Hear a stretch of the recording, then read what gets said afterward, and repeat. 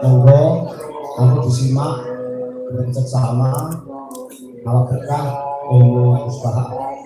Mudah-mudahan kita semuanya ini mendapatkan ilmu yang bermanfaat fiddin wa dunya wa akhirat.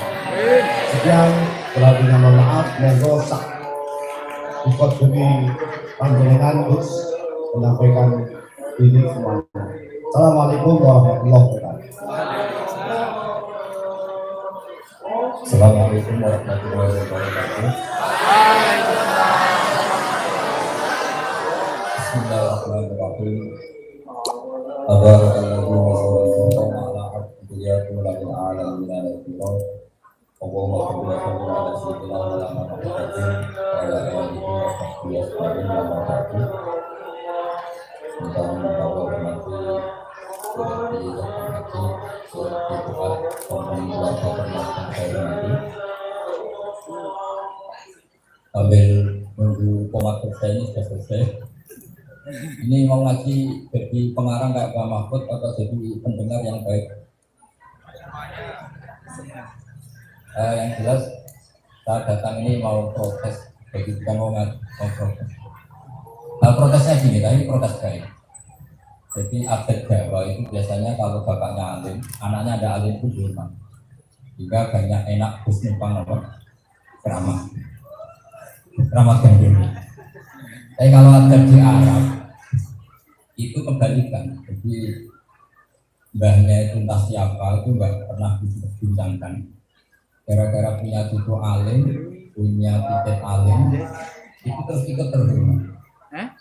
Hingga dalam pepatah orang-orang Arab ada kalimat kama tasarrufa bi Muhammadin adnan. Kama tasarrufa kaya oleh jadi mulia di Muhammadin sebab wujudnya kaki Nabi Muhammad sallallahu alaihi wasallam. Sopo adnan sayyid. Jadi orang dulu nggak peduli adnan orang ini. Kinana itu sopo, apalagi di situ ada kilat, di samping sopo. Tapi gara-gara lahirnya Muhammad Shallallahu Alaihi Wasallam yang bisa mengubah dunia jadi baik, orang cari anaknya siapa, banyak siapa. Orang juga gitu. Orang itu nyari-nyari mbah-mbahnya Mbah Mahfud itu ya karena Mbah Mahfud. Saya tahu banyak tentang Mbah Mahfud karena dulu mbah-mbah saya sebagai dulu Bali Maksum, Pak Hamid Pasukan itu sepupu sama mbak saya. Mbak saya rambut sendiri ngajinya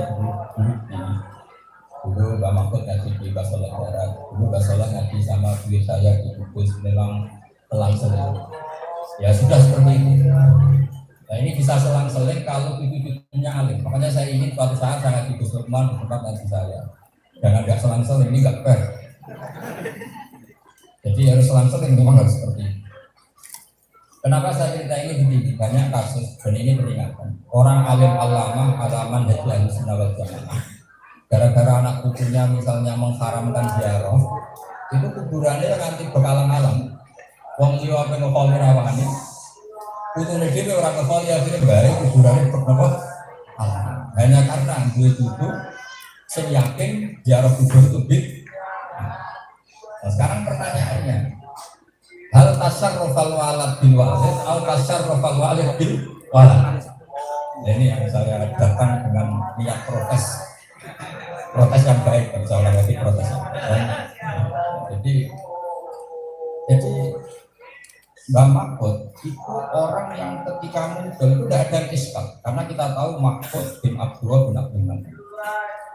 Saya nanti lihat di kitabnya Bangun Al-Ulama Al-Mujaddidin ketika Mujaddidul Qarni 13 itu beliau menyebut Sayyid Muhammad bin Muhammad ini maksudnya Sayyid Murtadho ini, Sayyid Murtadho As-Siddiqi itu wa awwalu man lazamahu min ahli Jawa itu adalah Ki Abdul Manan. Di situ ditulis hina muqamihi di Makkah. Biasanya Kiai alim itu bacanya muqam, sing setengah alim bacanya makom. Nah itu ya tengah-tengah saja, yang jelas itu sama-sama benar. Karena orang yang berdomisili itu isim kayaknya mungkin, apa? Mungkin, maka konsekuensinya isim makulnya mukom. Tapi ada saja yang baca makom, mereka mahalul qiyam. Ya sudah itu untuk latihannya itu cukup. Tapi kalau dia kayak saya itu kayak muruah, enggak zaman om.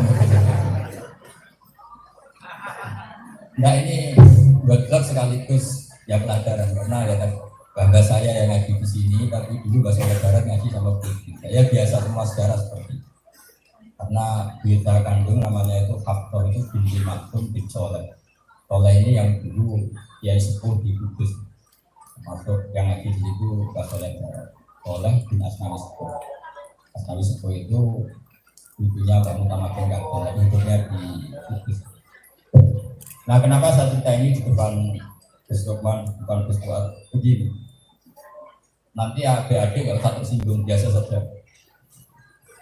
Semua tradisi benar itu dimulai dari duriatan Ba'duha min ba'd. Nabi Yusuf ketika mengistilahkan diri menjadi orang alim, orang soleh, itu istilahnya adalah wattaba'tu millata abai Ibrahim wa Ishaqa wa Ya'qub. Saya mengikuti tradisi keagamaan leluhur kami. Dia menyebut tentu Yakub dulu, Ishak, terus di sana Yusuf bin Yakub bin Ishak bin. Terus tradisi yang dianut apa? Maka nalana al-musyrika billahi min syai. Kita ini tidak mungkin, lana itu kita tidak mungkin lah, melakukan satu kemusyrikan. Karena itu tidak mungkin, itu tidak tradisi leluhur kami. Kira-kira kalau Gus itu zaman putih ini sangat mungkin gak ngalim. Kelasnya ngarang kita, pembangunan ngarang kita. Jadi memang harus seperti itu, harus ada tasarruf. Memang aturannya seperti itu. Jadi itu saya tuh hafal Quran itu hanya karena nasihat bapak gini. Ya agak nasihatnya itu agak kasar, tapi ingat betul. Tapi itu hafal Quran. Saya nak hafal Quran itu matanya obrol membunuh lambung. So anak rapal lu yang dua alasan. Karena misalnya enggak saya hafal Quran, bapak saya hafal Quran, saya kok enggak hafal, anak saya enggak hafal kan gampang. Bapak kan. Jadi kalau ada guranya orang alim enggak alim itu mesti yang salah bapaknya, tak jamin ya. Karena anaknya punya alasan niru bapak kan. Nah, coba kalau sangat mutasil, bapak niru bapak itu kan kacau. Makanya cerita paling populer di keluarga Sarang oleh Basubir itu cerita paling populer itu ono kiai Bumi Soleh, ini cerita populer. Wongnya alimnya raka alim Allah. Jika orang nyari itu bapaknya siapa? Ternyata bapaknya ketika main di pondok itu sholatnya ora bener, wudhunya ora bener, semuanya ada. Sama santri-santri masih ditakwil ini jagat. Jagat itu penghormatan pada keluarga kiai. Nah, keluarga kiai biasanya bahasa pasnya ikan, nggak tahu lah itu. Kalau orang Madura bilang khilaf. Masih ditakwil itu ya ditafsirkan sekena-kenanya lah. Yang penting masih husnudzon. Kayak kiai nasibnya kalau baik kan gitu. Kaya barokahnya ilmu, kalau miskin katanya itu paling nasib baik. Kalau nasib tidak baik, kaya dikira kedunian, melarat dikira ilmu neraka barokah. Seperti saya ngaji di sini, kalau nasib saya baik, sampai nggak paham, itu ilmunya besar tinggi, sehingga kita nggak paham. Kalau nasibnya baik, kalau nasibnya nggak baik, orang punya kemampuan apa? Artikulatif, sehingga nggak memahami. Jadi urusan nasib. Akhirnya bareng lama-lama itu penting di dekat musola ini nggak bisa ditakwil di depan umum lah. Oh, ini gimana nakwilnya? Ditakwil pakai kaul madzhab apa saja tidak bisa kalau penting di dekat musola apalagi di depan umum. Nggak pakai satir lah. Lama-lama kiai santri tadi nggak kuat Pak Yai. Ketika saya melihat Anda alim, tak kira bapak Anda sangat alim karena anaknya saja alim apalagi bapak. Terus kiai tadi jawab. Bapakku itu alim. Bapakku itu alim Allah. Kenapa? Karena punya keputusan terbaik dalam hidupnya, yaitu mondok nah. Sing bodoh itu mbahku. Artinya yang bodoh mbahnya karena tidak memutuskan apa? Mondok. Artinya begini kesimpulannya. Orang nyari-nyari bapaknya itu karena anaknya apa karena mbahnya? Karena apa? Jadi ini penting jadi pelajaran di Indonesia. Di Indonesia itu menurut saya ada adat yang harus kita ingatkan. Kalau bapaknya alim, mbahnya alim, terus ibunya ikut alim, numpang keramat. Sekarang harus dimulai. Anaknya ini harus alim. Kalau anaknya alim, nanti orang nyari-nyari bapaknya siapa, mbahnya siapa. Kayak di pepatah Arab tadi, kama tasyarrofa di Muhammadin adna. kama tasarrufa kaya oleh dadi mulya di Muhammadin sebab ketika Nabi Muhammad sallallahu alaihi wasallam sapa ajmani saja. Sampai ketika Nabi itu akramul khalqi, orang maknani kilap itu enggak jamu kalbin. Orang kadang kan istilah, bapaknya Nabi kok namanya kilap itu jamaknya kalbin. Kamu tahu kan maknanya kalbin itu apa? Wah itu kriminal kalau kamu kalbin, kamu maknani hewan yang dalam bayangan kamu itu salah besar. Kalbin itu dalam bahasa Arab hayaan mu'alam, hewan yang sudah diulang, yang sudah diajarin itu orang Arab bilang sudah menganjing. Jika di Quran ada ayat wa ma'alamtum minal jawarihi mukallibin, apa? Wa ma'alamtum minal jawarihi mukallibin. Dan termasuk hewan yang boleh dipakai alat bulu adalah hewan-hewan yang sudah kamu pinterkan, sudah kamu ajari dan menjadi pinter. Itu bahasa Arabnya mukallibin, yang sudah pinter kayak anjing. Artinya apa? Pernah ada periode di mana kalbun itu ibaratun ansid dan tindakan. Sesuatu yang cerdas itu bahasa Arabnya kalbun. Kenapa orang tidak berani maknanya kalbun itu anjing itu bapaknya Nabi? Wong putune itu Rasulullah Muhammad sallallahu alaihi wasallam. Mosok bae jenenge kilap dengan makna itu. Nah, makanya disebut disib dari takalubi. Sayyid kilap itu orang yang sangat punya pengaruh. Pengaruhnya sangat membekas di komunitasnya, disebut kilap. Kilap itu sib dari takalub. Aktivitasnya banyak yang cerdas, banyak yang pintar. Kenapa ada demikian? Juga karena isyarat Rasulullah Muhammad sallallahu alaihi wasallam. Juga akhirnya kita beda dengan kubu sebelah. Kubu sebelah itu biasa mengatakan misalnya babanya Nabi itu tidak mukmin, babanya Nabi itu tidak. Itu beda dengan keyakinan kita yang diajarkan guru-guru kita. Karena logikanya begini, Nabi itu nur itu suci. Maka nggak boleh nur yang suci ini pernah singgah kepada atau di tempat yang tidak suci. Sehingga pertarungan faham. Kalau lagi pertarungan faham itu memang harus tukaran dulu. Makanya tadi saya sudah cocokkan sama Gus Abdul sama Gus Lukman, ini kita tukaran nggak apa-apa karena ini memang sebaiknya begitu. Tapi tukaran yang baik bukan yang nggak baik. Semua naskah ilmiah itu ditulis itu berdasar konflik. Makanya di Barjanji itu ada kata-kata wa kaifala wa sayyidul akramu sallallahu alaihi wasallam wa sifatuhul muntaqam. Bagaimana tidak mungkin, pastinya begini ya kan ditulis bapak itu wa aku wa Muhammad bin Abdullah bin Abdul Muthalib satu Sayyidatul Hamdi Fumitat Bisolus Tania sampai terus wasumi afi sulbihin Nabi sallallahu alaihi wasallam dzakara ta'ala walak. Terus akhirnya ahli sunnah menyimpulkan apa? Sarotun sarolurun nubuwati fi asari hurorihimul bariyah, bahwa Nur Muhammad, Nur suci Muhammad ini harus lewat ke tempat-tempat yang suci. Gak boleh kamu berkeyakinan bahwanya Nabi ada yang kafir, karena mengandung nurnya siapa? Muhammad. Nur ini harus berlipat dari tempat yang suci ke tempat yang suci terus ilal aslabit tohiroti ilal rahamis zaki minal aslabit tohiroti ilal rahamis zakiyatil fatirah. Itu kalau redaksinya Abibah. Hatta apa? Sampai dikeluarkan dari bapak saya bahwa lam yartaqiya ala sifatin. Nah, kenapa ada paham itu? Karena ada yang mengatakan Nabi itu bapaknya itu orang jahiliyah, berarti nggak ngerti tauhid. Itu ditentang oleh kita. Bagaimana mungkin Nur Muhammad yang ada di situ, yang suci, kemudian di rahim yang tidak? Maka di Ba'dan Barjanji itu menjadi urgensi, menjadi penting karena kalimat seperti ini misalnya. Tarokus sifaha falam yusibhum aruhu min adami wa ila abihi. Jadi kalau maknanya ya taroku podo ninggal sopo babai Nabi as-sifaha yang perzinaan. Falam yusibhum mongkora mekenani hum engkoro abaan Nabi opo aruhi opo zino min adami wa ila abihi. Bagian dibaksikan hafidhul ilahu karomatan li Muhammadin abahul amjada saunam ismi.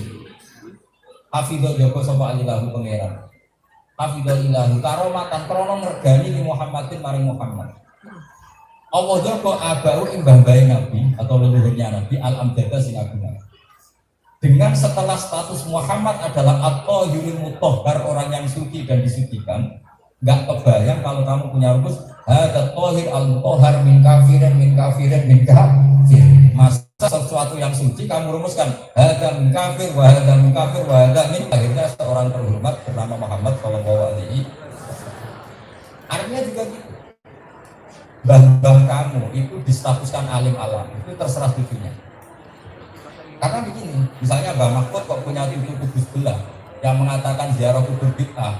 Wah itu kecelakaan betul, nanti terus Mbah Mahfud statusnya ahli bid'ah karena mensyariatkan ziarah. Jadi langsung berubah 360 derajat. Ya saya ulang lagi ya, misalnya orang alim alama yang dulu mimman syarra ziarah, orang yang mensyariatkan ziarah dan dipuji alim karena tahu caranya istidlal syariatnya ziarah. Cucunya ikut kubu sebelah yang membid'ahkan ziarah. Kira-kira menstatuskan mbahnya apa? Dua mubtadi'. Mbah saya adalah ahli bid'ah. Akhirnya umatnya juga gitu. Berarti status mbahnya terserah cucunya, apa cucunya terserah mbahnya. Kalau di Jawa itu cucu terserah mbah. Malah ada keramat gendut. Nah, saya datang ke sini untuk protes itu. Sekarang dibalik, cucu yang harus menghormati, mengkeramatkan. Saya punya bukti bahwa makalah ini benar. Ya ini agak serius karena banyak delegasi pondok. Ini kalau nggak paham ya keterlaluan. Sudah jadi delegasi pondok udah paham. Saya punya bukti sejarah begini.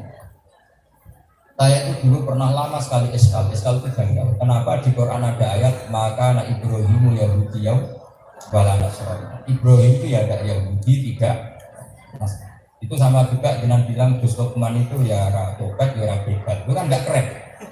Gus Bahar itu ya ora preman, ya ora tobat. Kan enggak keren. Orang seterhormat Nabi Ibrahim di Quran hanya pernah distatuskan Ibrahim itu tidak Yahudi, tidak Nasrani. Coba kalau kamu muji Mbah Mahfud di Marin orang enggak? Mbah Mahfud itu siapa? Ya tidak Yahudi, tidak Nasrani. Kerennya apa coba? Ujian itu kerennya apa? Kan enggak keren sama. Saya iskal lama. Ternyata apa yang terjadi? Saya pernah ke makamnya Nabi Ibrahim di Hebron di Yerusalem, di Palestina kalau kita bilang. Tapi kalau Israel bilang itu negara Israel.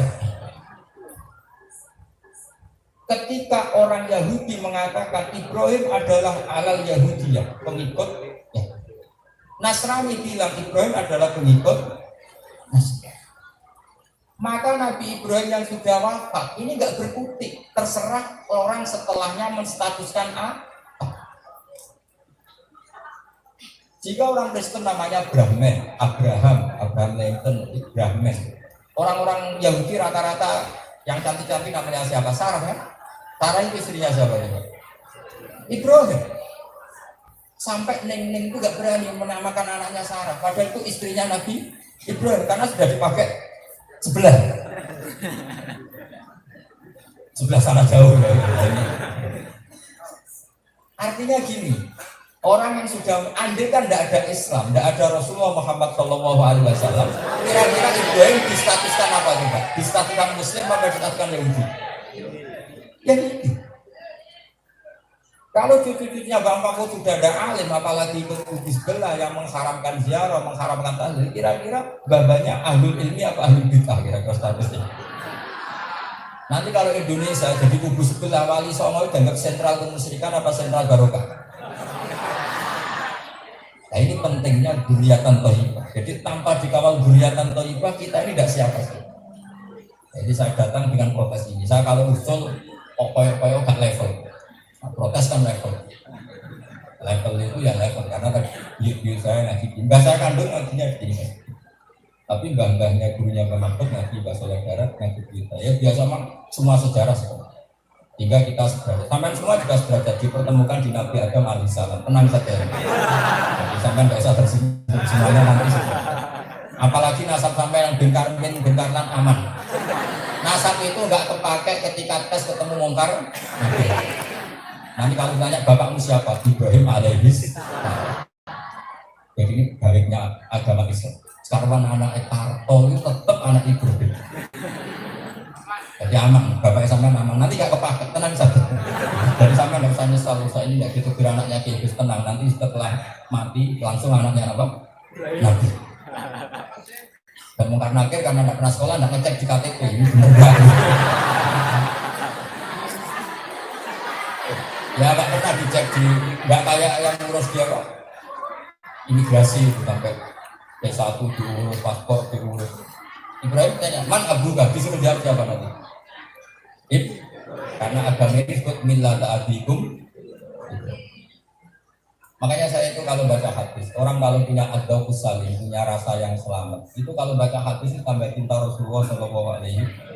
Ya misalnya tadi saya kalau baca hadis, misalnya riwayat Miftahul Jannah la ilaha illallah. Wong kunci didudung, berarti sesuatu itu gampang. Mesti kayak kunci. Ibarat saya punya rumah, kamu mau keluar itu langsung kunci nih. Kok gak bisa mlebu tuh banget penuh. Kita mesti kan. Terus ujian tes ora disegel, terus dibocor piye dia. Nanti ujiannya marobuka, waman nabuka, waman. Lo kok iso jawab tegang. Jadi agama ini jam baik, wong tes kok dibocorkan. Yang bocorkan kiai seluruh dunia, nanti seluruh Indonesia, seluruh. Ngomong karena kan orang protes. Ini gimana tes dibocorkan? Jadi agama ini baik sekali. Dan pertanyaannya tetap seperti itu. Mungkin aja nggak bisa kreatif, bikin pertanyaan baru, nggak boleh. Dia harus standar saja, nggak boleh dia kreasi. Kalau kreasi bid'ah ya. Kalau kreasi harus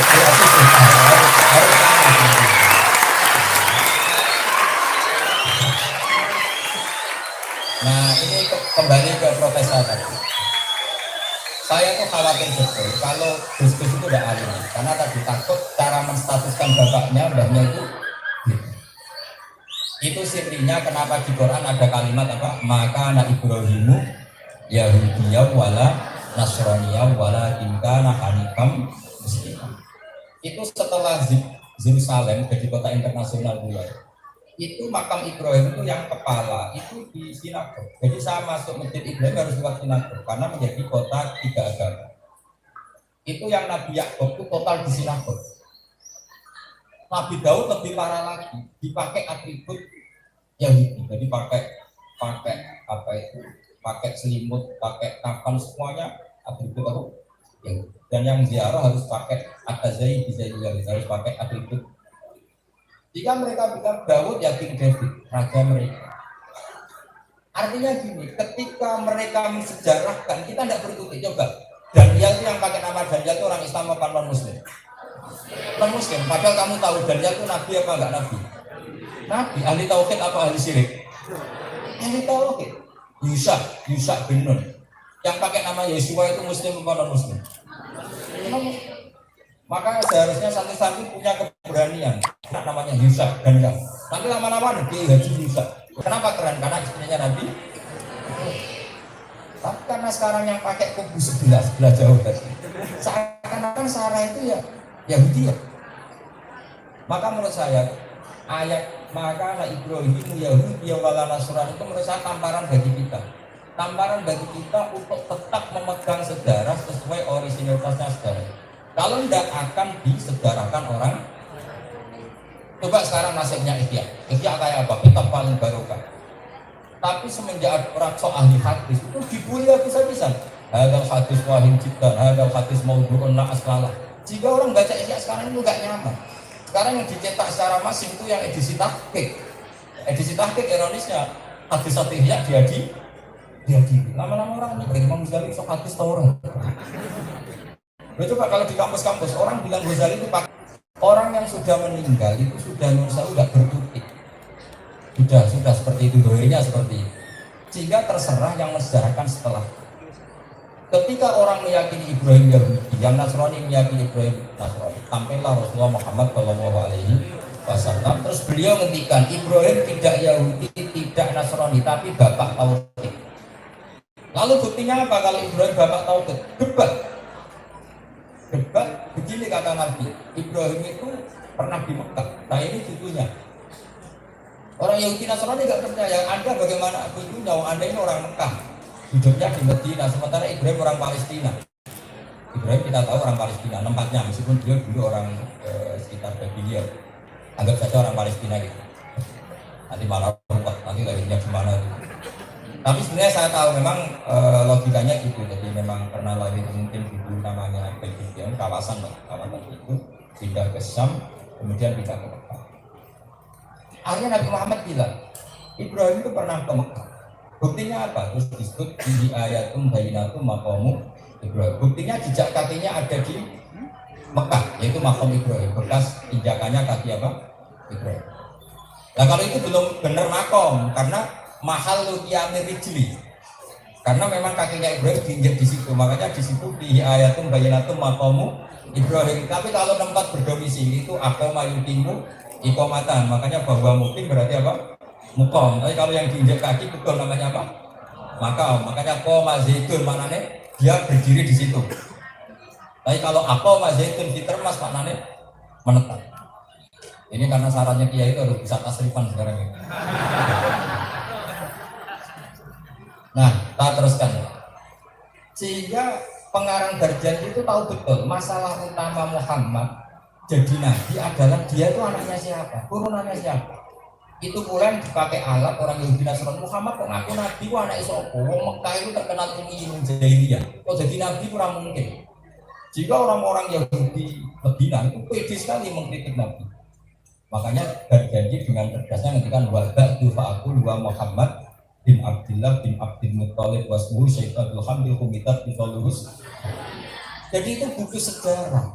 Kamu harus tahu ya, Muhammad punya bapak Abdullah, punya bapak Abdul Muttalib, punya bapak Hashim ini. Nah gara-gara ditulis bahasa Arab, terus santri yang mau kadang rapah.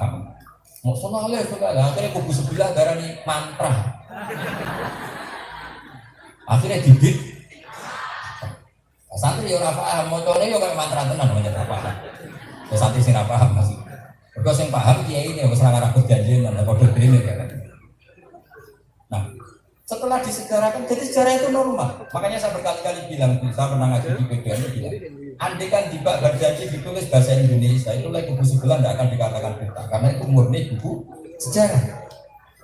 Gara-gara diwaca bahasa Arab, matanya kayak jimat itu sampai kayak mantra. Apalagi semakin berkat berbarokah, akhirnya fungsinya kayak jimat. Di situ sampai diterangkan wa adnaru bila raibin inna dzalil ulumin nasabiyah ila dzatihi Ismaila nisbatuhu wa mun. Dan saya pastikan yang namanya Adnan itu nasabnya sampai Nabi Ibrahim alaihissalam. Sehingga akhirnya orang Yahudi Nasrani orang-orang mungkin Muhammad Nabi karena ternyata turunannya banyak yang mau ngakoni Islam. Itu disebut dzurriyyatan ba'duha.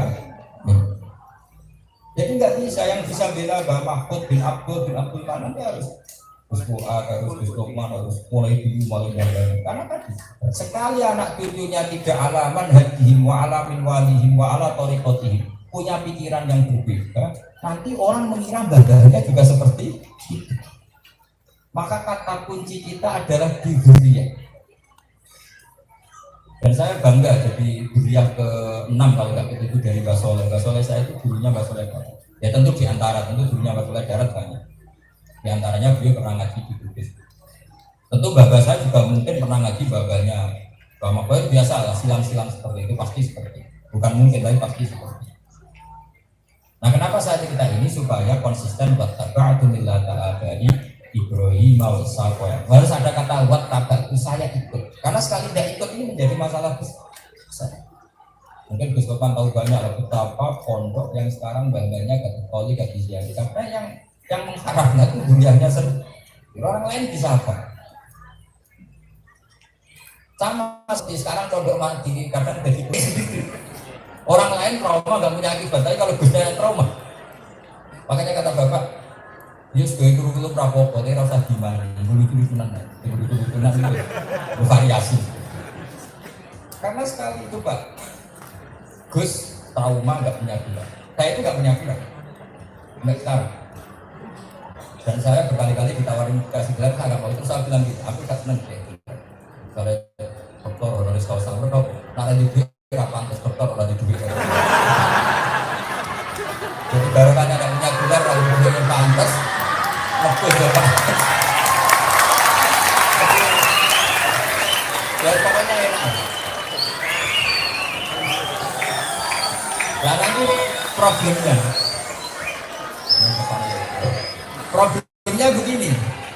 Misalnya buyut-buyutnya alim alama, bapaknya alim alama, terus era anaknya ini karena ada pati alim, biasanya nyai rapati alim kan dia rapati keramat. Sebetulnya dia ada keramat itu karena ada alimnya, tapi terus trauma jadi. Ya, karena saya merasakan orang di tanah alim terlantar. Saya ini di Jogja itu kota pelajar yang identik dengan gak suka ngaji. Tapi ketika yang ngaji orang alim, orang nggak mau ngaji. Tapi kalau kiai tidak cukup, harus alim memang. Karena Allah nitipkan keramat itu pada orang alim. Kalau kiai itu tidak cukup, belum ngangkat lah kalau untuk keramat. Harus memang orang alim. Orang alim sama kiai itu kan beda. Kalau kiai itu adatnya punya istiqomah terus soleh. Kalau orang alim enggak. Harus ada dengan tanda kutip, harus ada anehnya. Tapi aneh ini kesukaan Allah karena yang namanya mukjizat atau keramat itu amrun khariqun. Jadi orang alim itu dua orang. Enggak ada gus-gus nenai kendaraannya alim. Misalnya gini, saya beri sekian contoh orang alim itu harus nenai. Saya ini termasuk kiai yang hampir nggak pernah jadi imam, termasuk di pondok saya. Saya itu makmum. Karena saya ingin jangan sampai jadi konstitusi yang wajib, kiai itu harus jadi imam. Nanti dikira imam itu harus kiainya. Akhirnya bahaya nanti rebutan imam masjid, imam itu harus kiai. Rasulullah itu uniknya ya gitu. Rasulullah itu ketika tawaf itu tofarotiban, nanti ketika tawaf itu naik unta. Sahabat semuanya jalan kaki. Uniknya ulama, nanti saya juga akan ngaji usul fikih. Nanti ulama bersepakat tawaf berjalan itu lebih afdal ketimbang tawaf. Nah, padahal Nabi itu rotiban. Karena andekan Nabi tidak tawaf rotiban, orang ngira tawaf itu wajib jalan, syaratnya harus. Barokahnya Nabi tawaf rotiban, akhirnya yang tua-tua bisa naik kursi roda, bisa naik 10. Masa ini kebablasan ngomong bersekuturan lupa. Mata ngomong. Akhirnya kayak teletabis itu. Itu kan terlalu artinya gini, andaikan Anda seorang kiai pasti tidak berani tofa rotiban. Andaikan Anda seorang kiai pasti tidak berani tofa secara berkendara. Tapi Nabi itu khawatir secara konstitusi kalau Nabi tofa masih yang dikira itu aturan sahnya tofa harus masih. Dan itu bahaya karena menjadi aturan. Kalau menjadi aturan itu mengikat. Terus ada lagi contoh. Nabi itu sangat mencintai qiyamul Ramadan, terutama di masjid. Tapi Nabi ke masjid dalam banyak tarikh hanya hari keempat. Setelah itu enggak ke masjid lagi. Akhirnya banyak. Ya sudah seperti itu. Tapi Sayyidina Umar sampai kiai dulu-dulu kita semuanya terawih di masjid dan sampai tanggal 30 atau 29. Kita semuanya terawih di masjid dan sampai tanggal 30 atau 29. Nah, kenapa Nabi harus pulang di hari keempat dan keluar lagi ke masjid? Andai kan Nabi selalu melakukan itu, pasti dikira terawih itu fardu ain. Dan itu bahaya secara konstitusi L. Makanya orang alim itu aneh. Konstitusi L. Makanya orang alim itu aneh. Ini nggak boleh ditiru. Saya itu tiap Ramadan, tapi nggak terawih sekali. Ya di rumah, ya pokoknya giling-gilingan naik terawih. Ini kan agak bahaya.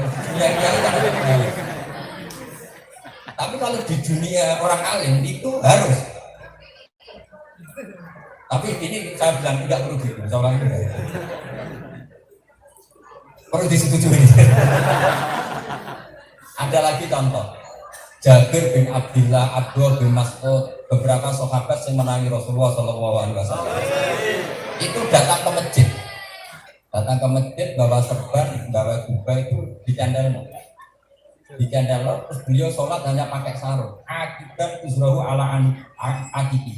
Jadi sarung ditarik di lehernya. Sampai sahabat tadi yang lain itu membeli. Ungduru ila ashabi Rasulullah dulu ngaku sahabatnya Nabi sholat sarungan dibudeli dia leher. Terus Jabir marah. Ini bisa dilihat di Sahih Bukhari di kitab sholat. Kata beliau, saya sengaja gini biar orang-orang ahmak kayak kamu tahu. Tidak perlu diterjemah ahmak itu maknanya apa. Kira-kira dulunya jahil. menjualnya atau apa lah pokoknya begitu. Kenapa Jabir melakukan itu, Abdul bin Asud melakukan itu? Andai kan semua sahabat dulu jubahan terus, pasti dikira jubah itu syarat sahnya. Kalau itu terjadi, satpam saatnya, kernet saatnya, penjaga Indomaret saatnya, penjaga pom bensin saatnya, karena harus pakai jubah. Itu orang alim. Jadi, tapi tetap kita yakin jubah sunat. Saya tetap yakin jubah itu. Tapi jangan semua kita pakai. Kalau semuanya pakai, pasti dikira. Makanya Rasulullah itu, ini konstitusi orang alim. Makanya orang alim di mana-mana mesti ada agak anehnya. Tapi tetap keramat. Kenapa keramat? Karena Allah suka. Allah suka supaya konstitusi ilmu itu terjaga. Ya, konstitusi ilmu terjaga. Jadi barokahnya Jabir melakukan seperti itu. Akhirnya orang tahu, oh ternyata yang penting sholat itu nutupi aurat, yaitu tatruma bena surah ilar rukbah. Andai kan beliau itu jubahan terus, maka dikira aturan sah. Itu ada di riwayat Bukhari. Jadi ulama itu ya sudah seperti Rasulullah itu kayak apa cintanya sama siwak.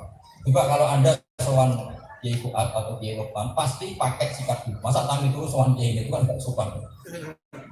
Tapi bayangkan ini mau sowan Allah kok gak sikatan. Makanya Nabi ketika ini ngeper, laula an asyqa ala ummati la amartuhum bisiwak inda kulli shalat. Andai kan tidak saya pertimbangkan bahwa ini memberatkan umat saya, normalnya saya mewajibkan siwak. Mau sok sowan presiden siwakan, kok masa sowan Allah enggak? Tapi Nabi ngeper ketika ini laula an asyqa, andai kan enggak.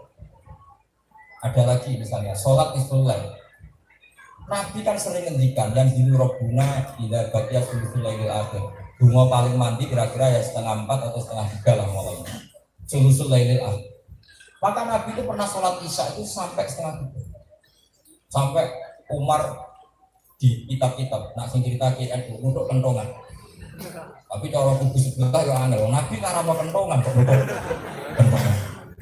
Makanya saya matur ke Gus-Gus tadi. Karek rawi ini, KNU itu saya ada ide ya, karena mentang-mentang biasa orang beduk, nanti Umar nutup beduk. Menjadi eskal enggak? Bagaimana mungkin zaman Rasulullah ada beduk? Terus tukune nanti, tukangnya sopo. Nah, makanya saya tadi cerita nih Gus-Gus dulu ketika Mbak Hasim main ke sini, Mbak Jati yang menjadikan beduk karena Mbak Hasim itu dulu ngarang-ngarang apa? Beduk. Kita teruskan. Singkat cerita Umar bengok-bengok lagi sampai bilang nama Sufyan. Anak-anak sudah tidur, kenapa tidak sholat? Akhirnya Rasulullah keluar tengah 3 itu. Kata Nabi, kalau tidak memperberat umat, maka seharusnya Isya itu di jam seperti ini. Tapi Nabi melakukan itu hanya sekali, lainnya ya normal setengah 8 jam. Nah kenapa begitu? Konstitusi ilmunya kan begini. Kita tahu doa mustajab itu di jam itu. Kenapa menetapkan sholat di jam yang tidak saat ijabah? Aneh nggak? Secara konstitusi ilmu. Allah menjamin mustajab di jam 3. Kenapa kamu mensyariatkan sholat isya di jam 8 misalnya? Logikanya gimana? Logikanya kan nggak ketemu. Maka Nabi ngendikan, andaikan tidak memberatkan umat, normalnya isya ya jam ini. Tapi uniknya Nabi milih jam normal. Yang penting umatku belum sholat, bisa menolak, yang penting sholat. Ini unik. Jadi konstitusi ilmu itu beda dengan bayangan kesalehan. Lebih apa ya? Ilmu itu variannya lebih baik. Nah kiai itu nggak kuat, nanggung itu nggak kuat. Karena kalau dia nggak istiqomah, itu dikira, wah kiai itu nggak istiqomah.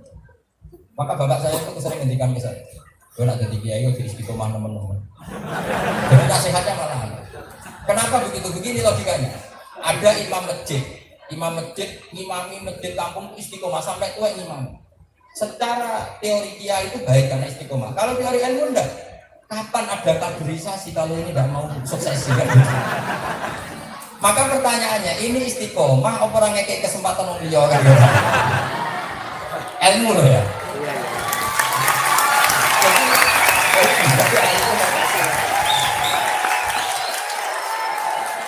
Jadi ilmu itu unik. Ilmu itu cara pandangnya. Tapi nggak istiqomah ya lucu, dia kok nggak istiqomah. Tapi kalau istiqomah ini terlalu, nggak ada suksesi memberi kesempatan sama yang Jadi memang ilmu itu unik, cara pandang itu. Makanya semua ulama dulu sampai goblok-goblokannya masyhur. Istilahul ulama itu memang harus khilaf. Makanya tadi saya bilang ke Gus Lukman, aku beginan tidur cocok wajib, nah cocok repot. Ya memang kalau cocok repot kan ada walau la taqwa sabaqahum bi ba'dil la fasadatin. Kalau dunia tidak saling bergesekan malah dunia turun. Saya punya sekian contoh fikih. Ini sebagai saya sama Mbak Mahfud sama Mbak Dimyati. Saya dulu ngaji Mbak Mahfud semua sampai akhirnya Mbak Dimyati kembali ke Indonesia. Mbak Mahfud berhenti di Makkah. Dulu Imam Rafi'i itu pengarang kitab Al-Muharrar. Itu mengatakan yang dikatakan sujud itu waktu jabha alal ardi.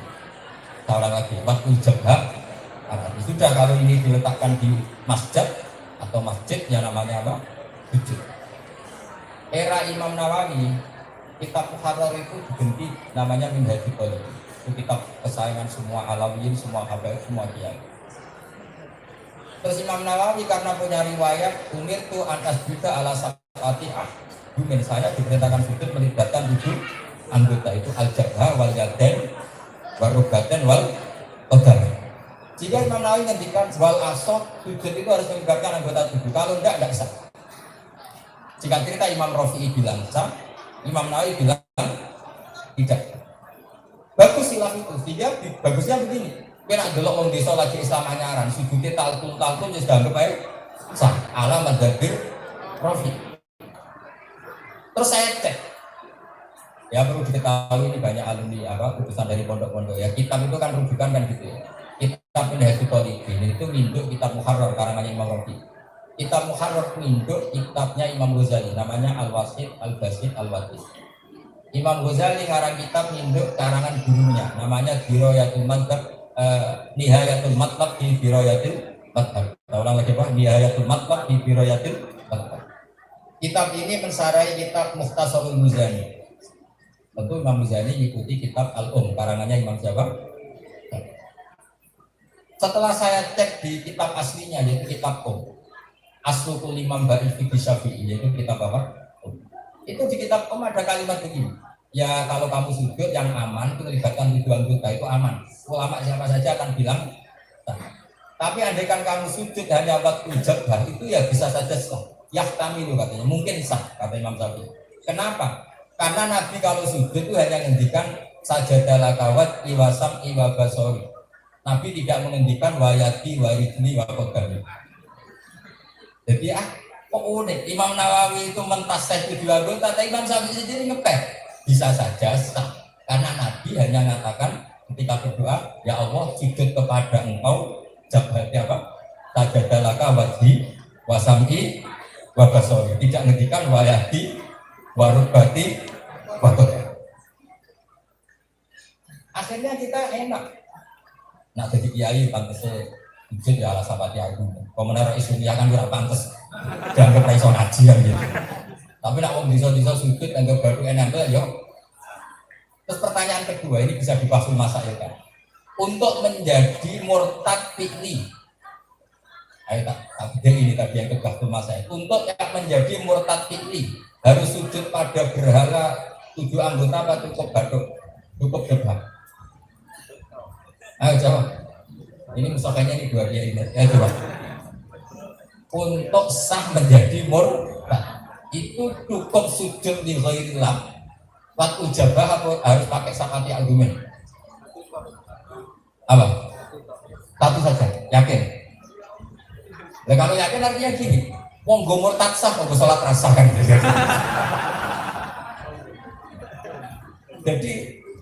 Jadi perbedaan ulama jadi rahmah di sini. Ada lagi di kitab Mahali keterangan begini. Umumnya jenazah kalau sholat mayat kan di depan. Itu di kitab Mahali tidak ada penjelasannya. Hakada wajibna dzalika salafan wa khalafan. Seperti itu mulai dulu jenazah itu harus di depan. Kalau kita sholat apa? Mayat. Sholat jenazah. Tapi kaul Sani mengatakan boleh jenazah di belakang.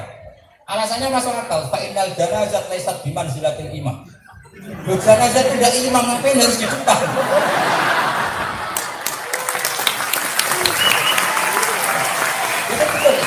Tapi jangan praktekkan, insya Allah ini jangan dipraktekkan. Nah, enaknya gini, enaknya ngeten guys. Jadi kalau di Mekah itu kira-kira tiap sholat waktu 5 waktu bahkan ada sholat apa? Jenazah. Itu mayatnya di kamar jenazah apa di depan? Di kamar apa? Jenazah. Dan kita bisa mengesahkan berdasar takbir yang ada di kitab mahal. Tapi jangan praktekkan, nanti kamu dianggap aliran besar.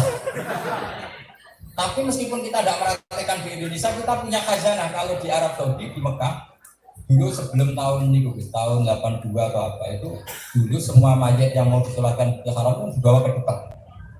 Tapi setelah ada peristiwa senjata dibungkus ala apa? Jenazah, setelah di depan ternyata dipakai apa? Nembak, dan dia itu trauma gitu, jadi nggak diletakkan apa? Di depan, tetap diletakkan di kamar apa?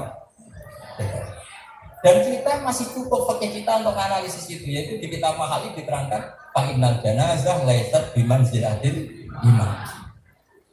Kayak apa barokahnya? Jadi kan ulama kok tidak khilaf.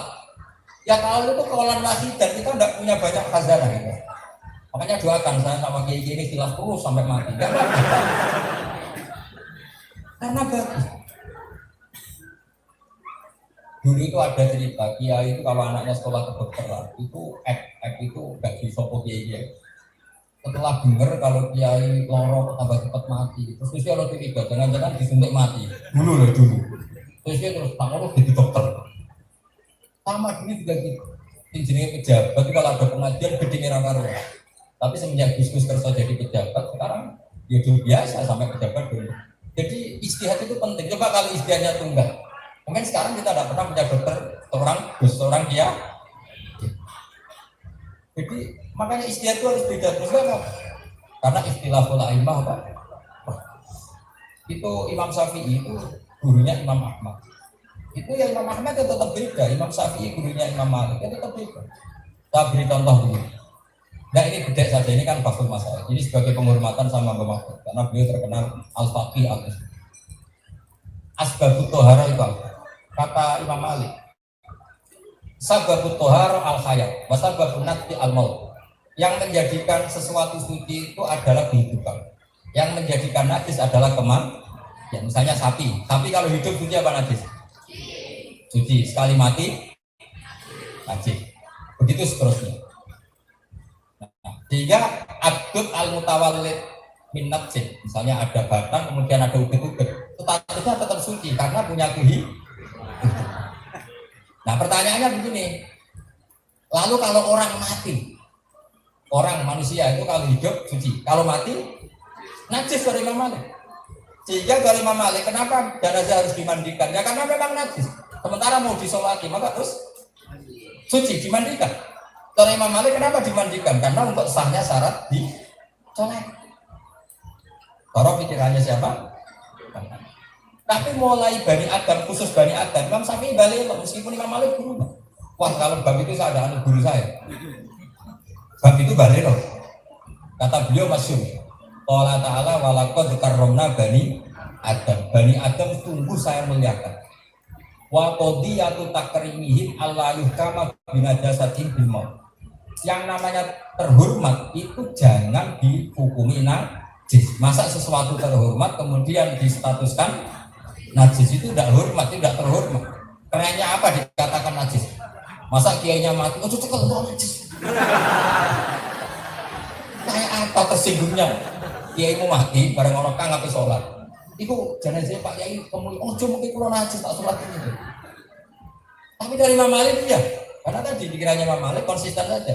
Yang menyebabkan suci adalah al-hayat. Wasababun natfi al-maut. Imam Syafi'i balik karena Bani Adam itu walaqad karramna Bani Adam. Sesuatu yang mulia itu tidak pantas divonis.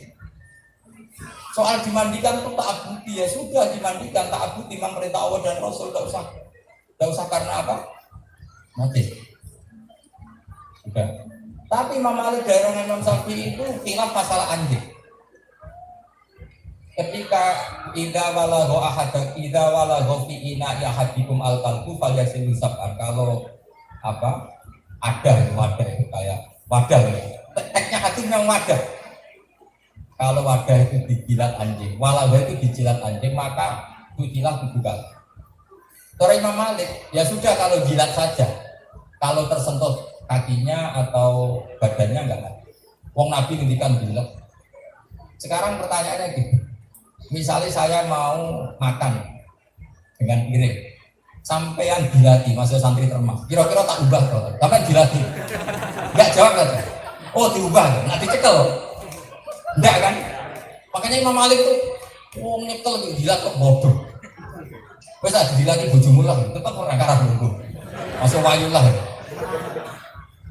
Jika Imam Malik yang ngendikan walago ya walago, jilat ya jilat, enggak usah apa. Enggak usah nyekel. Tapi pikirnya Imam Syafi'i, jilat itu mutlakul masih, pokoknya tersentuh. Kalau kita dijuali, didemak-demak, wong iku ora mantol, kecuali nak didilati, waras kok.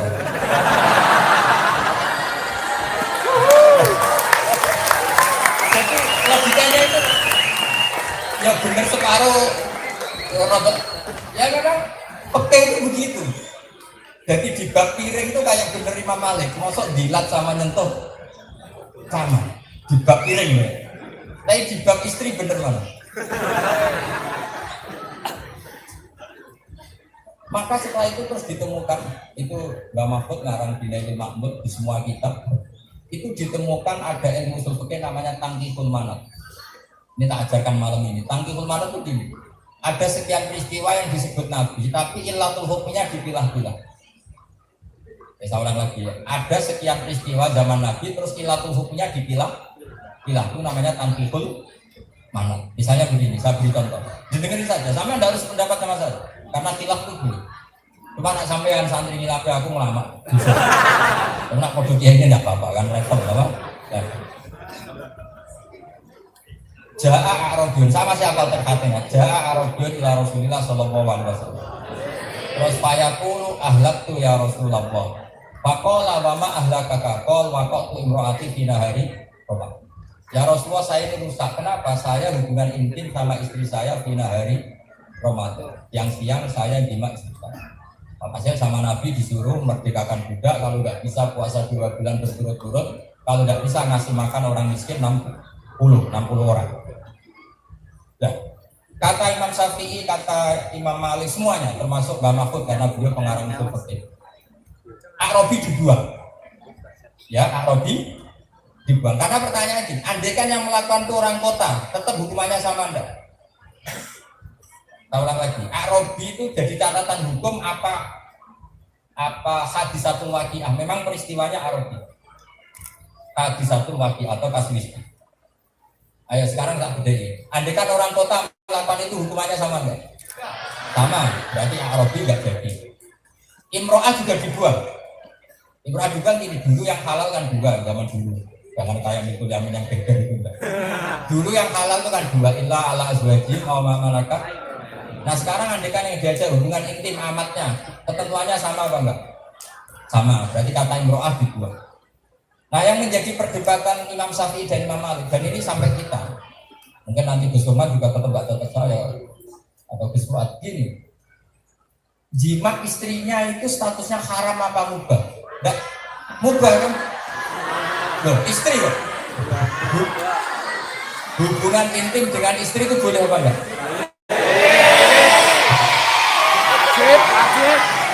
Nah, pertanyaannya istri loh ya. Tak ulang lagi, hubungan intim sama istri boleh enggak? Sekarang pertanyaannya gini, kalau melakukan barang boleh, di siang hari kena hukuman berat, yaitu harus merdekakan budak. Sekarang jam 9 siang, kangkang atau mbak-mbak lapar terus makan mie, ketentuannya sama enggak hukumannya? Enggak jima. Imam Syafi'i milih tidak, karena jima sama makan itu Imam Malik milih sama. Bedanya apa? Jima istri itu hukumnya kan halal, makan mie hukumnya halal. Logikanya Imam Malik lebih meyakinkan itu sama-sama hak menghormati Ramadan biwiri udrin iya, merusak hukum Ramadan tanpa udur cari. Ayo milih mana? Maliki apa Syafi'i? Maliki. Lu cara kowe dadi nabi, tersinggung gak ono wong awan-awan mangan sate. Kena opo? Kepengin wae. Yo mantelno orang seperti itu. Tanpa udur. Makanya dulu itu kalau usul fikih itu diajarkan itu pakai anekdot, pakai guyonan. Orang dulu tuh pintar-pintar bikin guyonan. Ada seorang santri ya rada goblok. Ya goblok lah, mungkin santri. Itu dilaporkan istrinya, Pak Yai, santri jenengan alumni Termas ini sering naboi saya. Naboi itu mukul pakai tangan. Terus santri tadi dimarahin sama Kiai, "Cung, ojo geman naboi." Larang lagi, naboi itu mukul pakai. Setelah 2 minggu istrinya lapor lagi, "Pak Yai sekarang ganti nyadui." Nyadui itu pakai kaki. Karena santrinya ini goblok. Oh yang Kiai haramkan kan naboi, nyadui kan enggak. Nah kira-kira ini santri goblok apa santri ahli usul fikih? Kalau melihat nas yang haram hanya naboi. Tapi kalau melihat illatul hukmi, ida menyakiti itu nyadui masuk enggak? Nah, pertanyaannya gini, ketika seorang kiai bilang ojo naboi, itu yadkhulu fi dzalika kullu ida. Masuk di situ semua benda Syafi'i wa Maliki. Dengan logika tadi. Ayo Syafi'i wa Maliki. Apa? Gak bisa. Mansus itu kata Mbak Mahfud, mansus itu punya mafhum itu kalau tidak lihat dari soalin atau hadisati waqi'at.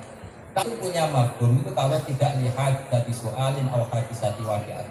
Kalau karena dua itu tidak punya mafhum. Misalnya gini di hadisati soalin. Ya Rasulullah, saya ini punya kambing. Lalu gimana? Halil ghanami zakatun. Apa kambing itu wajib zakat? Terus Nabi mengulang jawaban. Alal ghanami zakatun. Kambing itu wajib. Seperti ini itu maksudnya menafikan wajibnya zakat sapi apa unta apa enggak? Enggak kan? Karena pertanyaannya kambing, Nabi jawab kambing, tapi bukan berarti menafikan zakatnya yang lain.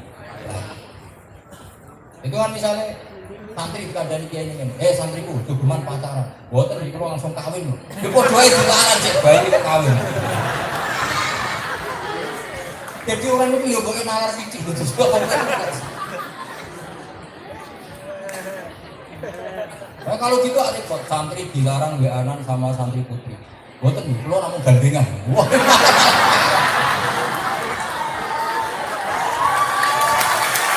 Jadi, makanya ini ya, saya ingin ya, pondok sini tetap mengkajikan usul fikih. Karena itu kelebihannya Syekh Mahfud. Syekh Mahfud itu ngarang usul fikih itu luar biasa, namanya Nailul Ma'mur. Yang kitab itu menginspirasi Ghazali, punya kitab namanya Thariqatul Usul. Yang ngajar guru, abahnya guru saya, Ki Zubair Dahlan, abahnya Ki Maimun apa? Zubair. Makanya saya ini juga belajar usul fikih terus. Karena sekali saya belajar usul fikih, terus saya hanya bisa primbon. Nanti orang ngira Mbah Mun itu ahli primbon. Bukti nih Gus Bak, santri nih bisa demo primbon.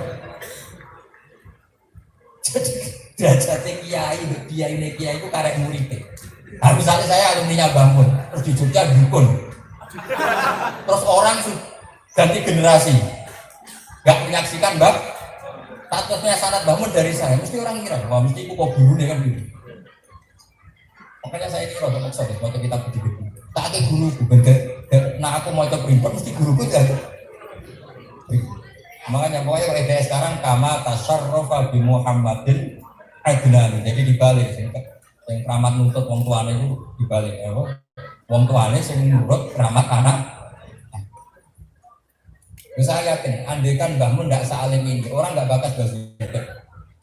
Hukum Mbah Mun alim alama, orang akhirnya tanya Mbah Zubair itu siapa? Jadi tetap orang bakas baganya itu tepat. Andaikan pondok Termas sudah mati, orang nggak bakas Mbah Mun. Orang nggak bakas Mbah Abdul, nggak bakas Mbah Abdul. Maka semoga pondok ini abadi la yaumil qiyamah. Karena ini menyangkut identitas, menyangkut apa? Pokoknya sekarang betul. Makanya Nabi Yusuf bilang apa? Wattaba'tu millata abai Ibrahim wa Ishaq wa Yaqub. Maka nalana an musyrika billahi min. Ciri khas adat kami adalah tidak pernah syirik. Ketika Rasulullah Muhammad SAW memaklumatkan tauhid, beliau ketika apa? Millata abikum Ibrahim. Jadi ini jelas. Tawalang lagi menyangkut usul fikih. Jadi di usul fikih itu ada ilmu namanya tangkihul mana. Tangkihul mana itu gini. Sesuatu yang disebut itu tidak menjadi nas, tapi menjadi instrumen. Instrumen itu imma dikrul juz'i wa iradatil kul atau zikrul makis makis saleh, kemudian makis lainnya tidak masifkan. Misalnya begini, saya beri contoh. Sampai bingung nggak lah? Nah, kalau agak bingung kan harus ahli jadi. Misalnya begini, Allah menghentikan wa antasfa'u bainal ukhtaini illa ma qad dilarang mengumpulkan dua saudara. Jadi kamu kawin mbaknya sekaligus adiknya. Ini kawin wahid tahta rajulin wahid. Itu haram apa enggak? Haram atau enggak sah? Enggak sah. Bukan sekedar haram tapi enggak sah. Pertanyaannya, andaikan kamu nikahi ponakannya, buliknya juga cantik, masih muda, boleh enggak? Ponakan sama bulik? Betul. Andaikan nuruti hanya nas, maka boleh, karena yang enggak boleh hanya benal. Makanya saya bilang bahaya sekali ada orang bilang kembali ke Quran dan hadis tapi tidak tahu sinau usul oke. Nak tidak tahu sinau usul oke ngiranya yang haram hanya benal ukhtain karena Nabi tidak menyebut antara istri dan bule. Nah. Tapi menurut Mbah Mahfud menurut teori usul fikih zikrul ukhtain zikru ba'din min adza'il muharramat menyebut sebagian dari muharramatun nikah, berarti menyebut itu kode karo zikrul kulli. Jadi berarti zikrul ba'di wa iradatil kul. Itu kan sama dengan saya bilang gini ke Kang, ojo geman demek tangane mbak mari batal wudune. Terus Kang nih, aku demek pipi deh wis sarap. Wis sarap wis. Majnun lah pokoknya. Maksudnya gini nih, saya menyebut tangan itu artinya menyentuh bagian dari perempuan itu membatalkan.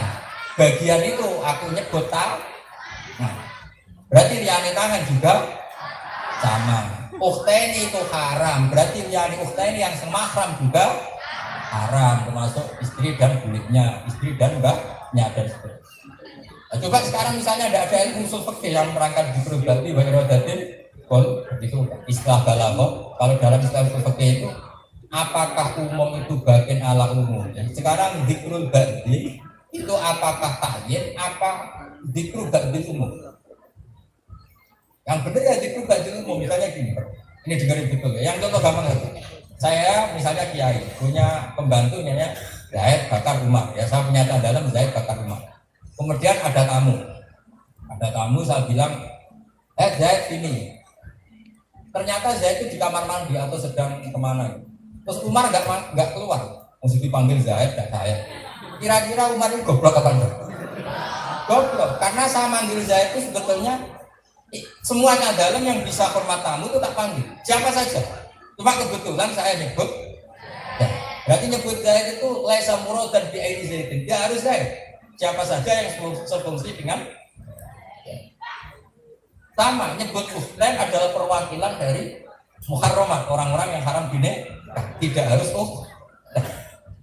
ketika Zaid nggak keluar terus saya ke kamar ternyata Umar di situ bakar di situ, kira-kira saya marah nggak? Marah kan? Meskipun mereka berdalil dengan manggilin Zaid, aku lagi buatan berikung, kalau buatan Zaid. Oh aku dari kayaknya tak boleh yakin tak boleh. Nah itu ilmu usul fikih. Sekarang bayangkan banyak gerakan kembali Quran hadis nggak tahu ngaji usul. Bahaya betul. Bukan sekedar bahaya. Masa tuh bahaya katanya. Ya, agak provokatif. Bahaya sudah repot malah diasap dua. Maka ngaji usul fikih itu penting karena ini analisisnya. Atau sesuatu dikatakan tuh lihat bisa waqi'at. Memang kejadiannya seperti itu. Maka kalau nuruti mereka, coba wiridan ya Mu'ad. Ya Mu'ad, inni uhibbuka fala tada'anna dubura kulli sholatin Allahumma inna ala dzikrika wa syukrika wa husni ibadah. Sebagian riwayat fakul dubura kulli sholatin Allahumma inna ala dzikrika wa syukrika wa husni ibadah. Itu semua kiai mengijazahkan doa itu. Misalnya mau santri sing goblok, Pak Yai, itu suntikan dari Mu'ad. Kalau namanya Qurtubi kok. Kasus gak sih? Nabi nyebut Mu'ad karena yang soal Nabi Mu'ad mesti Nabi Mu'ad. Karena Nabi meni Qurtubi makanya Mu'ad jadi dulu Qurtubi. Nah sekarang Nabi ketika masyati Mu'ad itu zikrul ba'di min adza'i ummati Rasulullah sallallahu alaihi wasallam. Jadi Mu'ad mewakili semua umatnya Nabi. Jika wiridan itu boleh dilakukan siang apapun meskipun hitopnya kepada itu namanya ilmu. Kamu harus belajar ya. Di sini santri terus. Fokus yang tahu karangan Pak Mahfud, usul fikih dari Makmur. Siapa yang nggak tahu karangan Beliau Khasyatul Turmusi? Di sini biasanya baca Tarmasi atau Turmusi kalau keluar dokter atau Tarmasi. Itu pada sama-sama nggak jelas. Karena di sana termah. Tapi orang Arab itu tidak bisa bilang itu nggak bisa. Makanya akhirnya ada yang baca Khasyatul Turmusi, ada Khasyatul. Itu zaman Bazubair Dahlan. Itu kalau ngendikan Bazubair abahnya Bang. Itu kalau ngendikan Jamiyun pas nak di masjidnya, nggak ada jeneng Adam, misal ulimu. Karena memang nama Adam itu nasibnya jelek. Coba kurang terkenalnya Imam Tirmidzi ya, kamu dengar berapa kiai itu? Ayo, kiai sini baca apa? Turmudi, kiai lain baca apa? Tirmidzi. Terus menteri kemarin itu apa? Tar.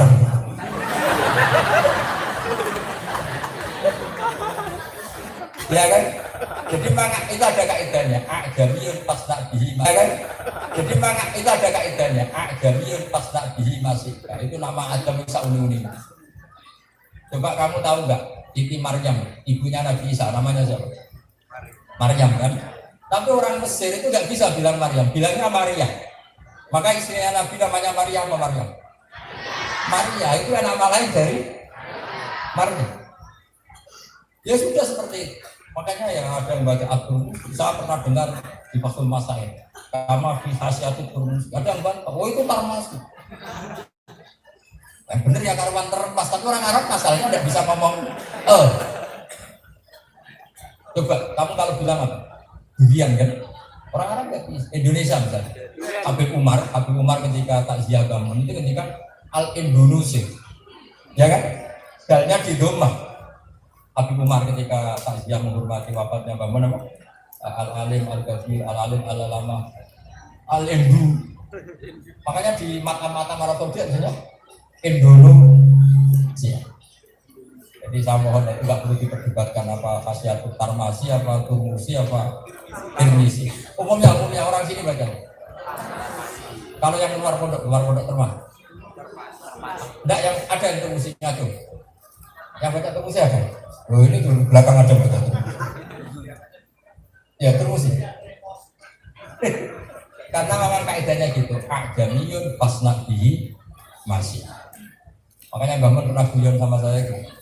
Nama Imam Bukhari kan Muhammad bin Ismail bin Ibrahim bin Mughirah bin Bardas. Nah, kalau di sini baca Bardasbah atau Bardisbah? Bardisbah. Ada yang baca Bardasbah. Ya karena kalau tidak pernah tahu itu jeneng apa. Jadi apa ilmu-ilmunya? Ajamiyun pasna bihi masih. Jadi kayak nasibnya, ayo sekarang misalnya umumnya di sini baca Ustufri apa Istafri? Ayo, umumnya baca Ustufri. Ada nggak baca Istafri? Ada banyak. Jadi nama-nama seperti itu memang orang Arab itu yang enggak zaman kalau haji itu Indonesia ditulis apa? Indo. Ya saya teruskan yang ngaji usul fikihnya biar dapat barokahnya keluarga ini, barokahnya Bahdin, barokahnya Pak Mahfud, barokahnya Ki Habib, Ki Haris. Seperti ini. Jadi usul fikih itu ilmu untuk menganalisis. Sehingga dzikru syekh atau dzikru syekh itu apa? Dzikru ta'in, apa dzikru faktin min afrodi dari kalqan. Misalnya begini. Di Quran misalnya ada wal khayla wal bihola wal khamira satu syekh terus Itas tahu ala duri semata turun ni'mat rabbikum das tahu ismali wa tahu ana lagi sakhara lana. Makanya terus kalau kamu sudah naik himar atau naik kuda, kemudian kamu sudah tenang di atas punggungnya. Ada ayat itas tahu ala duri, kemudian kamu sudah tenang di atas punggungnya. Terus doa subhanalladzi sakhara lana. Terus kamu sekarang naik Innova, enggak pernah berdoa. Kenapa? Ini kan tidak khair. Tidak birol. Itu waras apa? Karena ketika Allah nyebut khawail itu maknanya nyebut marku. Apa nyebut apa? Jadi bentuknya tidak harus khawail, tapi apa saja yang berfungsi marku. Paham ya? Nah, berhubung Innova itu marku juga disunatkan berdoa subhanalladzi Nah sekarang repotnya ada gerakan, pokoknya kalau di Quran tidak ada ya enggak. Itu parah tau raja itu. Itu ada ilmunya. Meskipun di Quran tidak ada, tapi kalau secara analisis usul fikih itu takmin, maknanya juga pasti tak. Ini memang harus pakai usul fikih. Makanya sarang Mbak Zubair yang pertama ya Mbak Mun yang sama nanya itu fanatik sama usul fikih. Jika ketika kitab itu tidak matbu'ah, masih disimpan di Khalil Lasan, Mbaknya Kustoyo, itu Mbak Sahal menukil itu jadi Thariqatul Qudus, tapi sekarang alhamdulillah itu sudah dicetak secara massal. Tapi sekarang pertanyaannya, apa artinya dicetak kalau sampai tidak mempelajari? Tapi nggak usah diteruskan, apa artinya mempelajari kalau tidak paham? Udah saya itu banyak yang tersinggung ya. Udah lah, penting dipelajari. Saya tuh senang sama kitab apa ya, usul fikih. Karena terus ada misalnya gini, ini contoh terakhir. Karena kalau lama-lama nanti bingung. Karena inginnya sampai ngaji kalau masyarakat itu ngaji, swarga, dulu kiai. Jadi kalau kiai orang usul fikih, kiai punya nyali. Misalnya begini, sifat itu naat. Sifat itu mengikat apa enggak? Sifat itu litayin apa lil idoh? Ayo sekarang jawab. Sifat itu litayin apa lil idoh? Apa lil makti? Apa lil dami? Misalnya begini. Akrim rojulan alimah. Muliakan rojul yang alim. Itu apakah kalau tidak alim nggak usah dimuliakan? Apa begini? Akrim rojulan terus guziyadatul wudu, kamu tambahi alimah. Jadi ngaji susu. Tak ulang lagi ya. Muliakan lelaki yang alim. Saya misalnya Sohibubet, muliakan lelaki yang alim. Kalau tidak alim tidak perlu dimuliakan. Apa yang tetap dimuliakan? Tetap dimuliakan kan karena tamu. Terus saya nambahi aliman itu karena saya khawatir santri saya itu nganggap tamu saya biasa-biasa saja. Jika saya mengatakan aliman itu untuk memberi penjelasan status rojul yang datang itu alim. Tapi bukan ada sangkut pautnya dengan syarat penghormatan harus alim. Mungkin enggak? Sifat seperti itu ada di Quran, yaitu di ayat waroba ibukumul laki fi hudurikum, dan haram menikahi anak tiri yang serumah. Kata serumah itu bukan catatan hukum. Kalau catatan hukum berarti gini, ibunya cantik kamu nikahi di sini, anaknya perawan kamu nikahi di negeri. Terus istrinya berapa? 2. Yang satu siapa? Ibunya, yang satu anaknya. Anak tiri kan nggak serumah. Padahal di Quran yang diharamkan itu fi hujurikum yang maka bahaya sekali memahami Quran tanpa usul fikih. Berarti nanti kalau itu jadi catatan hukum, haram menikahi anak tiri yang serumah. Terus ada orang bilang kalau tidak serumah maka boleh. Itu edan orang itu. Jadi itu hanya penjelasan normal. Penjelasan normal gini, umumnya anak tiri itu seru. Umumnya tamunya kiai itu ya rojulan aliman, tapi kadang jadi tamu wong macam-macam. Itu disebut aslabiyah. Itu Mbak Mahfud nerangkan detail.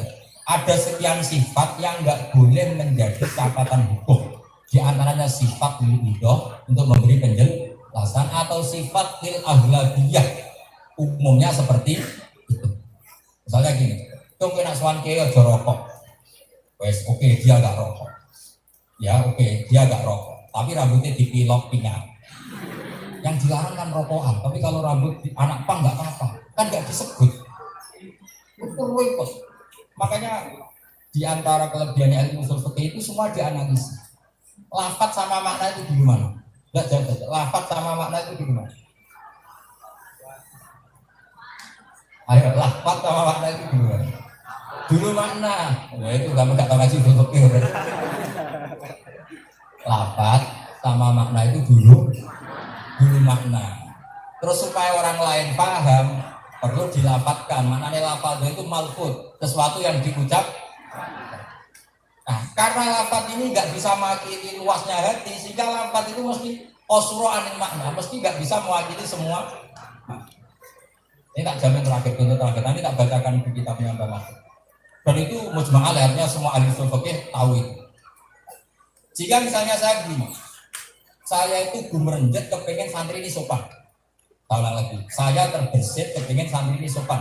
Kalau soal Gus Buat atau Teluk Mantas, saya bilang gini, dong nak sowan niku pakai peci.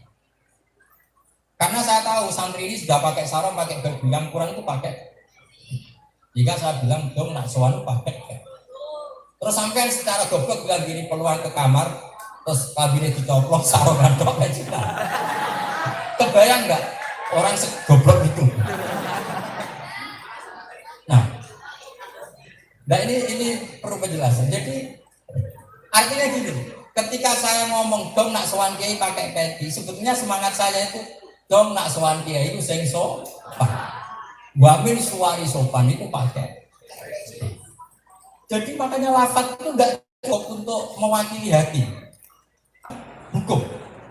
Makanya fatwa sering menunjukkan watak biri bidzal kamu minta biri tasdik ada, karena lafaz itu enggak cukup. Saya tak beri contoh lagi. Dong, engkau nak ada tamu, subuhi bidang goreng. Sebetulnya itu tujuan saya itu pokoknya anak tamu sebati. Nah, sampean goblok anaknya goblok. Kalau ada bidang goreng rasa subuh, menganaknya itu tape goreng dari Pak Yai kan bidang. Lu coba rambut subuhi, jadi bidang goreng. Sebetulnya itu enggak. Soal penting ini jajan-jajan toplesan. Kacau enggak? Maka kalau maknanya lafaz begini, maknanya dulu. Makna dari perintah nyuguhi gedang goreng adalah ikramut doa. Nah, kalau ikramut doa bisa dengan gedang goreng, bisa dengan yang berarti Pak Yai nyebut gedang goreng badun min abmin adzai ma yukrimu bi doa. Sesuatu bagian kecil dari sesuatu yang pakai alat memuliakan. Dong ini gitu. Berarti makna sama lafaz di mana? Ini tak bacakan tak, awas kalau beli sini. Nah ini supaya itu apa? Ini tadi saya nukil. Ini saya memang senang sinau apa? Sinau oke. Ini kitabnya Bang Abdul kalau penciptaan ini halaman 191. Ya, tak baca ya ini terakhir kenangan saya di Termas.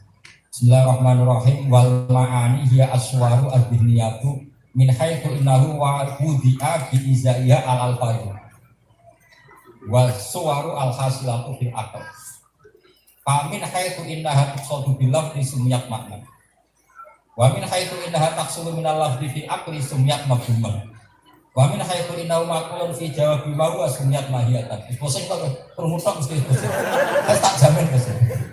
Aman tenang ya pusing, putune pusing mulai pun.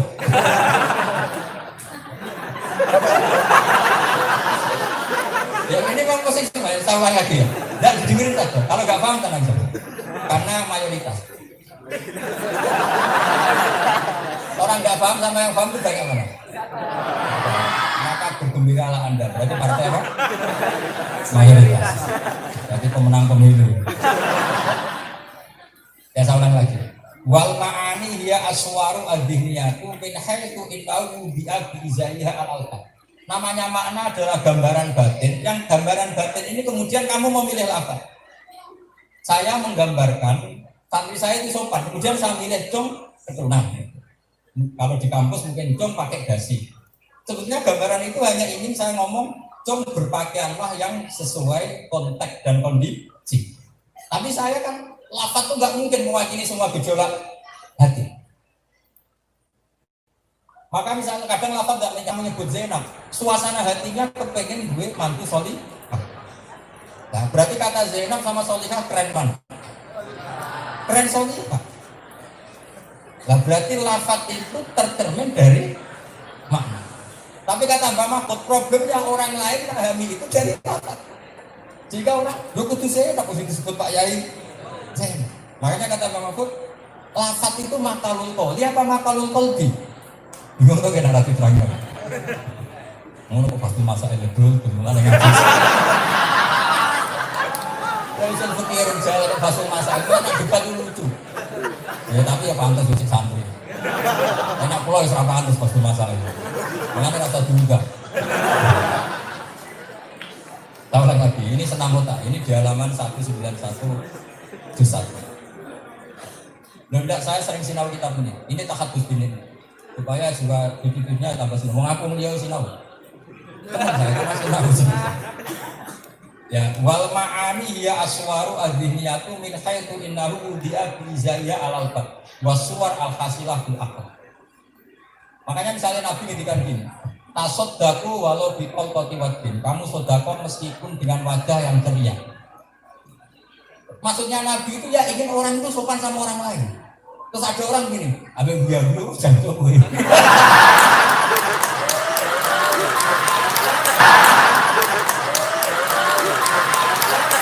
Itu yang gak dibayangkan Nabi. Ngawur ya. Mau jadi nih, sementing kan ketok ceria, ketok guya orang ngono lah, maksudnya orang ngono. Ketika Nabi ngendikan ketemu orang tasoddaku walau bitolkoti, nah wajib maksudnya Nabi ngadepi orang itu sing nyenengno wong iku.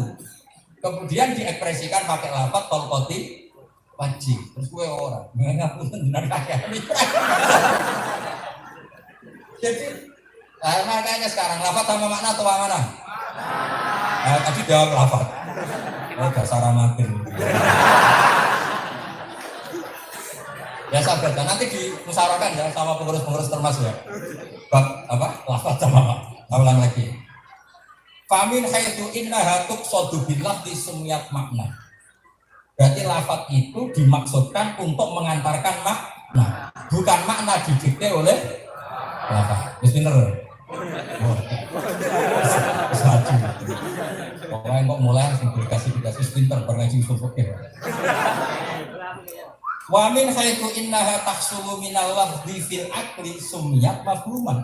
Problemnya bagi orang lain bisa paham berdasar lafaz itu. Kamu mau tidak mau sebagai orang lain kan memahami itu dari hati atau dari lafaz itu. Sehingga tadi kadang ya kadang rapati salah. Cung kalau Zaid. Ya terano yo wong lafate Zaid. Tapi nak kowe pinter tetap miring, Pak Yai mau boleh izatnya perkara ono tamu paling kon mleboti tamu. Nak ngono ora kudu Zaid, Umar yo cukup. Tapi nak kontaknya ini, tadi ada resepsi undangannya mbak-mbak untuk Zaid. Bareng diundang Zaid kang aku yo kang maju. Nak bab pernikahan, misalnya Mbak Sri Rabi ambek Zaid, undangannya mbek Zaid, bareng Zaid lagi nitip kowe maju. Alasannya Zaid yo kang aku yo. Ora iso. Oh sini iso nangis. Oh beneran ada ganteng nih. Maka ini memang misteri. Makanya ada usul fikih di sini. Ketika Allah ngendikan A, itu makna terkandung itu. Makanya ketika Allah menyuruh kamu jangan berkawan orang kafir. Orang kafir yang mana? Kamu harus berkawan orang Islam. Orang Islam yang mana? Karena tadi pikirannya Nabi misalnya ngendikan itu ke kancanan orang Islam. Wong Islam itu pikirannya Nabi tentu al-muslim man saliman muslimun min lisanihi. Itu pula kowe kancanan Islam tapi Islam dokat, Islam koruptor. Kan enggak yang dimaksud Nabi. Padahal statusnya. Maka ketika Nabi mengatakan al-muslim itu maksudnya apa? Makanya ini pertanyaan kata Mbak Mahfud. Wa min haitsu innahu maqulun fi jawabi ma huwa sumyat mahiyah. Wa min haitsu subutu fil kharij sumyat haqiqatan. Wis kowe pusing tak jawab. Tapi tenang ae, yo kudune pusing aku yo pusing, aku iki kiai yo pusing. Cuma aku akhirnya iso mergo kuwi. Karena sesuatu yang saya tekuni. Wa min haitsu intiyazuhu anil akhyar sumyat bi. Kalau saya al-Jurdani ditarik. Jadi lafaz itu seperti itu. Makanya ketika Allah menghentikan wa antasma'u bainal ukhtain, itu semangatnya adalah mengharamkan semua muharramatun nikah. Cuma sing mungkin menarik kan Mbak Ayu hati bisa kan nggak perlu diterangkan. Ojo geman kira kita wedok sak mbae kan dia kepikiran kira rabi bae. Wong coba rabi 20 tahun bae kan 70. Jadi ora usah diharamno ora mungkin. Paham ya? Sehingga sing potensi kepikiran kan rabi bae terus betul ada nabi kita ayo apa? Adik. Dalam Mbak mati beneran dunia.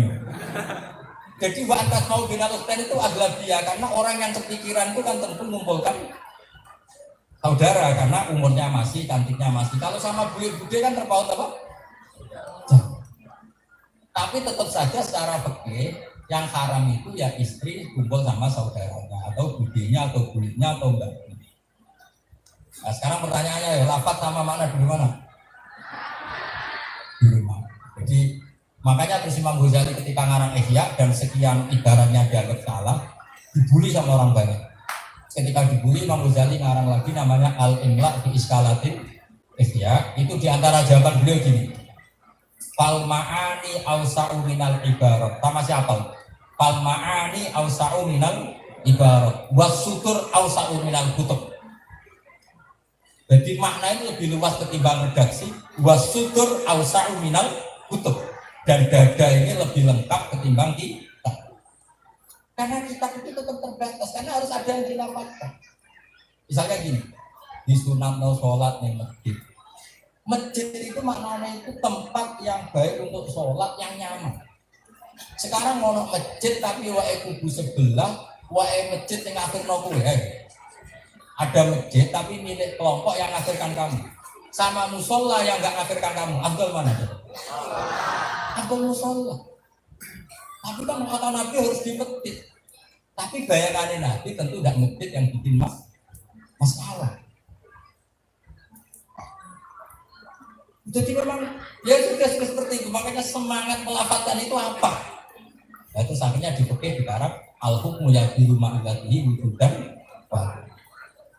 Jadi ini nanti jelas ya. Jadi lafaz sama mana dulu mana? Dulu mana. Jadi kamu punya keinginan tertentu, terus keinginan itu mau tidak mau harus kamu ekspresikan. Terus milih lafaz. Jika misalnya gini, kamu misalnya kanyepen di termas kanyepen dari-dari. Kang aku gak enak mie, enak mangan mie awak anyep-anyep. Terus kamu gak punya mie tapi mangan bakso semante. Lu di bakso ora nawani. Jadi emang kepengin mie iki bakso. Ora ngono itu pikir. Kepengen mangan mie agak ibaratkan kepengen mangan anget-anget di pas musim di. Tentu ditawani sate yang luwih gel. Berhubung nyebut mie, ini kan mie apa sate ora mie. Gampang kan misalnya oke? Gampang kalau saya nanya, gampang mikir dulu pusing. Ya itu Mbak Mahfud itu sudah bahas itu. Apa itu lafaz? Apa itu makna? Diterangkan wal ma'ani hiya aswar al-jinniyah min haitsu innahu udi'a bi izaiha al-alfaz. Di makna adalah sesuatu yang kita gambarkan, setelah kita gambarkan itu terus milih lafaz. Karena kita butuh orang lain paham, makanya maknanya lafaz itu sesuatu yang diucap, makna sesuatu yang dikehendaki. Tentu yang diucapkan sama yang dikehendaki tinggi mana? Tinggi yang dikehendaki. Assalamualaikum warahmatullahi wabarakatuh.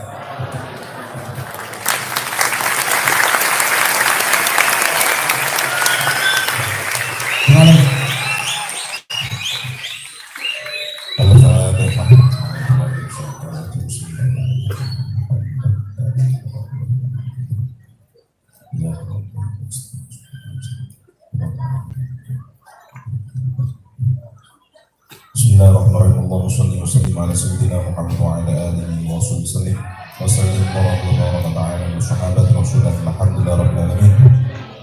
Hamdan yuwafi ni'amahu wa yukafi mazidah. Ya Rabbana lakal hamdu kama yanbaghi li jalali wajhika 'azimi sultanik. Rabbana taqabbal minna innaka antas samiul 'alim wa tub 'alaina ya maulana innaka tawwabur rahim. Wahdina wa waffiqna lil haqqi wa ila shiratikal mustaqim. Bijudika ya akraman akramin wa ya arhamar rahimin. Allahumma aghna bil ilmi wa yassirna bil hilmi wa akrimna bit taqwa wa jammilna bil afiyah birahmatika ya arhamar rahimin. Allahumma inna nas'aluka min khairi ma sa'alaka min nabiyyika Muhammad sallallahu alaihi wasallam wa na'udzubika min syarri ma ista'adzaka min nabiyyika Muhammad sallallahu alaihi wasallam. Antal musta'an 'alaikal balagh. Rabbana atina fid dunya hasanah wa fil akhirati hasanah wa qina adzaban nar. وادخلنا جنة مع الأبرار يا عزيز يا غفار يا رب العالمين. سبحان ربك رب العزة عما يصفون سلام على المرسلين الحمد لله رب العالمين. الفاتحة.